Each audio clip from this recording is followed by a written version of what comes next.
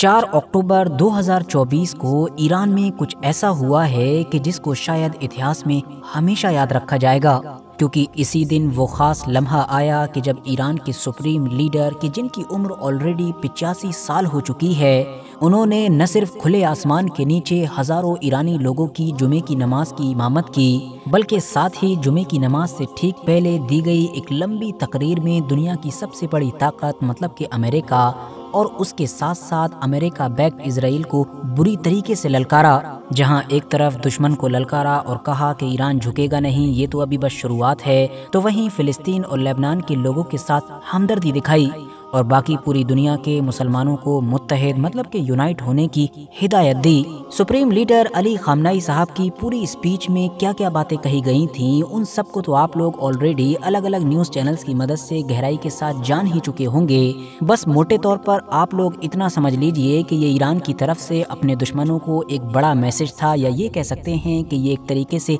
ललकारना था। वो इसलिए क्योंकि ये सब कुछ उसके बाद हुआ कि जब हिजबुल्लाह के लीडर मतलब कि हसन नसरुल्लाह के कत्ल हो जाने के बाद वेस्टर्न मीडिया ने और स्पेशली इजरायली मीडिया ने पूरी दुनिया में ये नैरेटिव बनाने की कोशिश की थी कि ईरान के सुप्रीम लीडर को भी महफूज जगह पर छिपा दिया गया है और वो बंकर से बाहर निकल ही नहीं रहे हैं। इसीलिए ईरान के सबसे बड़े लीडर ने यह फैसला किया कि अगले जुमे की नमाज वो खुद लीड करेंगे, जो आमतौर पर इतिहास में कम ही देखा गया है। मीडिया ने ईरान के सुप्रीम लीडर के इस फैसले को इजराइल के लिए एक चुनौती के तौर पर बताया कि मतलब ईरान की तरफ से ये धमकी दी जा रही है कि जो करना हो वो कर लो, हम खुले आसमान के नीचे ये सब कुछ करने जा रहे हैं। और यकीनी तौर पर ईरान के सुप्रीम लीडर का ये फैसला एक मास्टर स्ट्रोक साबित हुआ, क्योंकि पूरी दुनिया के मीडिया की नज़र इसी पर जमी रही। और इन तमाम चीज़ों से फिर हुआ ये कि जहां एक तरफ फिलिस्तीन, लेबनान, ईरान, इन सारे देशों के आम लोगों का मोराल ऊपर गया, तो वहीं इजराइल पीछे चला गया। साथ ही साथ इस जुमे की नमाज के ज़रिए से ईरानियन रिजीम दुनिया की मीडिया को ये भी दिखाने में कामयाब रही कि देखो हमारे साथ कितना पब्लिक सपोर्ट है,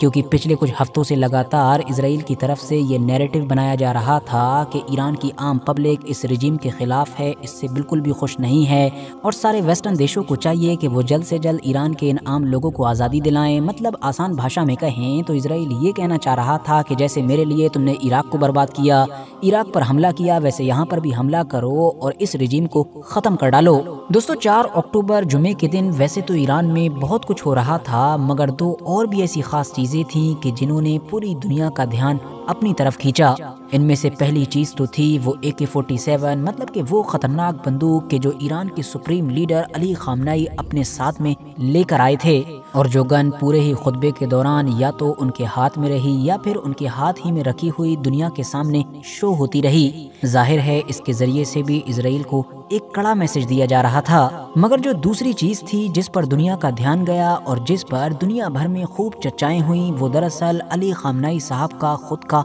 राइट हैंड था। मतलब कि वो सीधा हाथ कि जो उनके कपड़ों में हाइड था, या ये कह सकते हैं कि कपड़ों के अंदर छिपा हुआ था। वैसे आपको यहाँ पर ये भी बताता चलूँ कि ये कोई पहली बार नहीं है, बल्कि अगर आप लोग ईरान की राजनीति पर गहरी नज़र रखते हैं तो आपको पता होना चाहिए कि ईरान के सुप्रीम लीडर अली खामनाई साहब का ये राइट हैंड हमेशा से ही ऐसा नजर आता है। मतलब कहीं पर भी आप उनको देखेंगे तो उनका ये हाथ कपड़ों के अंदर छिपा हुआ होता है। मगर जब इस खास मौके पर दुनिया के ज्यादातर लोगों की नजर इस पर पहली बार पड़ी तो जाहिर है सभी के दिमाग में ये सवाल आने लगा कि आखिर ईरान के सुप्रीम लीडर अली खामनाई अपना ये राइट हैंड, अपना ये सीधा हाथ हमेशा कपड़ों के अंदर छिपा कर क्यों रखते हैं। तो दोस्तों इसके पीछे भी एक बड़ी ही खतरनाक और दर्दनाक कहानी है, जिसका ताल्लुक है आज से लगभग 40 से 45 साल पीछे से। RH नडवर के नॉलेजेबल फ्रेंड्स, जैसा कि हम जानते हैं कि ईरान में 1979 में आने वाली क्रांति में सैयद अली खामनाई का भी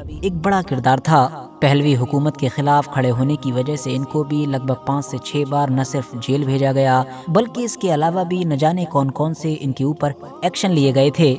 मगर आखिर में 1979 में इस्लामिक क्रांति कामयाब तो हो ही गई थी, तो इसीलिए ईरान के पहले सुप्रीम लीडर ने इनके स्ट्रगल और इनकी कुर्बानियों को देखकर इनको भी हुकूमत में बहुत सारे बड़े बड़े रोल दिए। इसने ईरान के बिल्कुल शुरुआती दौर में होने वाली जो जंग थी यानी कि इराक ईरान वॉर, उसमें तो ये काफ़ी एक्टिव रहे ही, साथ ही साथ ये बहुत जल्द ही ईरान के सुप्रीम लीडर रूहुल्लाह खुमैनी के भी बहुत ज़्यादा قریب ہوتے جا رہے تھے۔ تو اسی لیے ایران کے اندر ہی موجود بہت سارے ایسے گروپ یا لوگ کہ جو ایران کے سپریم لیڈر روح اللہ خمینی یا پھر علی خامنہئی کی آئیڈیولوجی سے ایگری نہیں کیا کرتے تھے، یہ ان کے نشانے پر آ گئے تھے۔ بات ہے 27 جون 1981 کی کہ جب دوپہر کے وقت ابھی مسجد میں نماز ختم ہی ہوئی تھی، ایون جماعت کے ساتھ نماز ادا کرنے والے لوگ اپنی صفوں میں ہی بیٹھے ہوئے تھے، لائن سے کوئی بھی اپنی جگہ سے نہیں ہلا تھا۔ سید علی خامنہئی صاحب اٹھے اور لوگوں کی طرف متوجہ ہو کر تقریر کرنے لگے۔ کچھ لوگوں نے عام لوگوں سے اکٹھے کر کے کچھ پرچیاں سید علی خامنہئی کے ہاتھوں میں دیں۔ ظاہر ہے ان پرچیوں میں لوگوں کے لکھے ہوئے سوالات تھے کہ جن کے جواب علی خامنہئی صاحب کو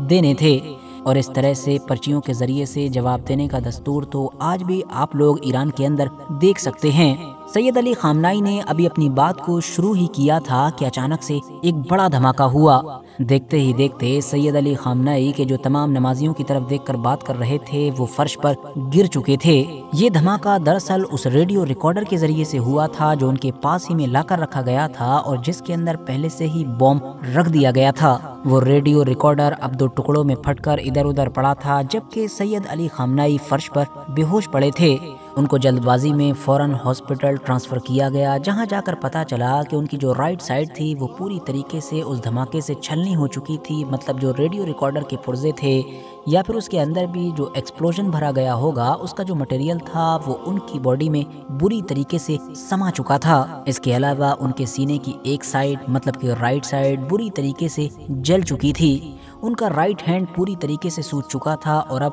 کام بھی نہیں کر رہا تھا۔ شولڈر اور چیسٹ وغیرہ پر اندر کی ہڈیوں کو آسانی کے ساتھ دیکھا جا سکتا تھا۔ ایون رپورٹس میں تو یہ تک دعویٰ کیا جاتا ہے کہ ان کے علاج کے دوران ایک سرجن نے گلفز اتار دیے تھے اور یہ تک کہہ دیا تھا کہ ہی از گون، مطلب کہ یہ اب جا چکے ہیں، لیکن تبھی وہیں پر موجود دوسرے ڈاکٹر کے انسسٹ کرنے پر دوبارہ علاج شروع کیا گیا اور ان کا وہ بلڈ پریشر کہ جو کافی نیچے جا چکا تھا وہ بھی بڑھنا شروع ہو گیا تھا۔ خود ان کی آفیشیل ویب سائٹ پر پبلش کی گئی رپورٹ کے ذریعے سے یہ بھی بتایا گیا ہے کہ اس پورے علاج کے دوران یہ زبان سے کچھ نہ کچھ بڑبڑاتے رہے تھے، جو کہ بعد میں پتا چلا تھا کہ یہ بار بار شہادہ پڑھ رہے تھے یا پھر پڑھنے کی کوشش کر رہے تھے۔ جب سرجری کمپلیٹ ہو گئی اور علی خامنہئی صاحب کو ہوش بھی آ گیا تو ہوش آتے ہی ان کو 2 چیزیں ریئلائز ہوئیں۔ پہلی یہ کہ وہ بول نہیں پا رہے تھے، جبکہ دوسری یہ کہ ان کا رائٹ ہینڈ کام ہی نہیں کر رہا تھا۔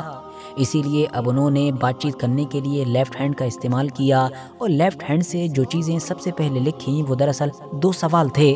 پہلا سوال تو یہ تھا کہ مسجد کے اس حادثے میں ان کے علاوہ ان کا کوئی اور ساتھی گھائل ہوا ہے یا نہیں، جس پر ان کو جواب دیا گیا کہ کوئی نہیں، باقی تمام لوگ خیریت سے ہیں۔ اس کے بعد ان کا جو دوسرا سوال تھا وہ خود اپنے بارے میں تھا اور جس پر ان کو جواب دیا گیا کہ ہاں وہ صحیح محسوس کر پا رہے ہیں، ان کا جو رائٹ ہینڈ ہے وہ اب کبھی بھی کام نہیں کر سکے گا۔ اس پر انہوں نے جواب دیا کہ اگر میری زبان اور میرا دماغ کام کرتا رہے تو یہی میرے لیے کافی ہوگا۔ دوستو 1981 کا ایک وہ دن تھا اور آج 2024 ہو چکا ہے، تب سے لے کر آج تک لگاتار سید علی خامنہئی صاحب کا یہ رائٹ ہینڈ کام ہی نہیں کرتا ہے۔ یہی وجہ ہے کہ آپ لوگوں نے بھی محسوس کیا ہوگا کہ ایران کے یہ سپریم لیڈر جب بھی کہیں پر بھی نظر آتے ہیں تو ان کا یہ ہاتھ کپڑوں کے اندر سے دکھائی دیتا ہے، جبکہ یہ باقی اپنے سارے ہی کام لیفٹ ہینڈ سے کرتے ہیں۔ فی الحال دوستو آج کی اپنی ویڈیو کو بھی ہم یہیں پر ختم کرتے ہیں۔ ویڈیو اگر جانکاری سے بھرپور لگی ہو تو لائک کرنے کے ساتھ ساتھ دوستوں کے ساتھ شیئر کر سکتے ہیں، اور ایسی ہی نالجبل اور ہسٹوریکل ویڈیوز ہمیشہ دیکھنے کے لیے ہمارے اس چینل کو سبسکرائب کرنے کے ساتھ ساتھ بیل آئیکن کو پریس کر سکتے ہیں۔